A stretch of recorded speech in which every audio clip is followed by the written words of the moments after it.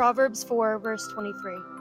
Above all else, guard your heart, for everything you do flows from it. Dating has changed dramatically in the 21st century.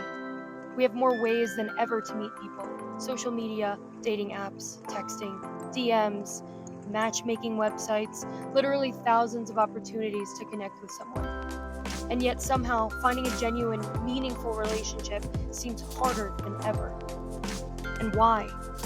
Maybe it's because we have more choices, but less commitment, more access, but less connection, more communication, but sometimes less intimacy.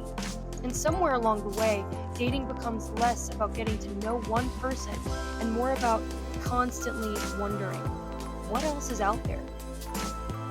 Think about how dating apps work. You see someone, you look at their pictures, you read a few lines about them, you swipe, like, dislike, next. And that mentally can easily follow us outside of the app. Someone has one bad date, and instead of asking, could we communicate better? They think, there are thousands of people I could talk to. Someone has a disagreement with their partner, and instead of working through it, they start thinking about quitting. We can become so focused on finding the right person that we forget that healthy relationships require us to become the right kind of person. Because the truth is, no relationship survives if both people are constantly keeping one foot out the door. And then there's social media. We live in a world where everybody's influenced by everybody. The same trends, the same relationship advice, the same red flags, the same dating rules, and the same expectations. And sometimes we don't realize how much social media has shaped what we believe love is supposed to look like. We see couples posting vacations, flowers, date nights, surprise gifts, and perfectly edited pictures, and then we compare that to our real-life relationships. But we're comparing our behind the scenes to somebody else's highlight reel. And that's really dangerous, because real love isn't always photogenic. Sometimes love looks like having an uncomfortable conversation. Sometimes it looks like apologizing. It can look like being patient when you're frustrated.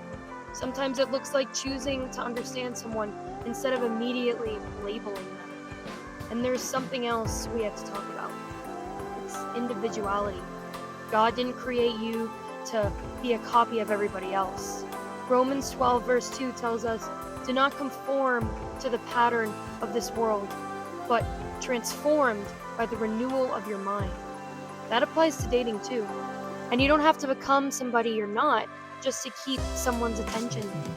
God created you uniquely, and the person you're meant to build a healthy relationship with should be getting to know you, not a version of you designed by an algorithm. One of the biggest problems with modern dating is that we've become accustomed to convenience. If something doesn't work, replace it. If something gets difficult, move on. If something doesn't meet every expectation, find somebody else. But relationships aren't Amazon packages. You can't just return a person because they didn't arrive exactly the way you expected. Healthy relationships require work, constant work. And the Bible actually gives us a beautiful picture of what that work looks like. 1 Corinthians 13 tells us that love is patient, love is kind, love isn't jealous. Love is not arrogant. It doesn't keep a record of wrongs. It doesn't say love is always easy. It doesn't say love never gets frustrating. It doesn't say you'll always agree. It tells us that love is a choice and a way of treating another person. And that's something I think the dating world desperately needs. The world may tell you to keep swiping until you find someone better. But maybe the better question isn't, who can I find? Maybe it's, who is God calling me to become?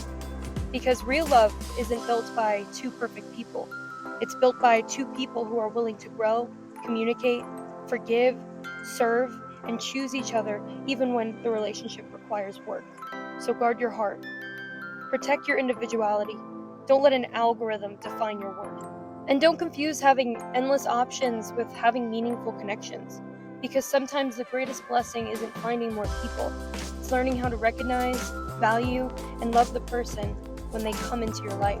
Let God shape your heart and standards and your relationships. I'll see you in the next one, guys. Bye.